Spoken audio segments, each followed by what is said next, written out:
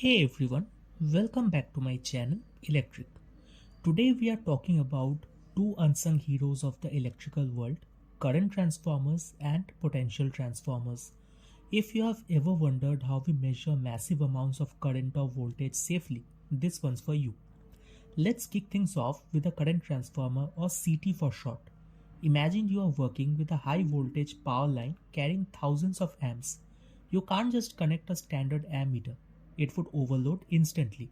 This is where CTs come in. A CT steps down the current to a safer, manageable level that can be easily measured by instruments. How? By using the principle of electromagnetic induction. The primary winding carries the high current and the secondary winding outputs a proportional, much smaller current. This allows accurate measurements without risking safety. CTs are commonly used in substations to monitor and control power flow. Without them, the power grid wouldn't be nearly as efficient. Now let's talk about the potential transformer or PT. This one works similarly to a CT but steps down voltage instead of current. PTs are designed to reduce high voltages, sometimes thousands of volts, down to a safer level, typically 110 volt or less. This way, we can measure the voltage using standard instruments without any danger. Just like CTs, PTs rely on the principle of electromagnetic induction. The number of turns in the windings determines the voltage step-down ratio. Now here's where the magic happens. CTs and PTs often work together in power systems.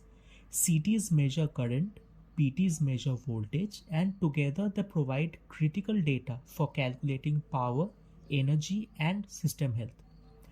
This data is used to monitor the grid, detect faults, and ensure everything is running smoothly.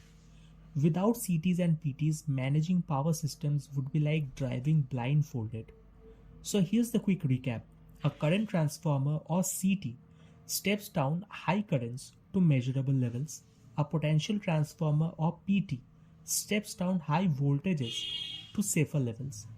Together, they are essential for monitoring, protection, and control in electrical systems. That's all for today's lesson. If you learned something new, give this video a thumbs up and don't forget to subscribe for more simplified engineering concepts. Remember, even the biggest systems rely on the smallest components. Stay curious, and I'll see you next time on Electric.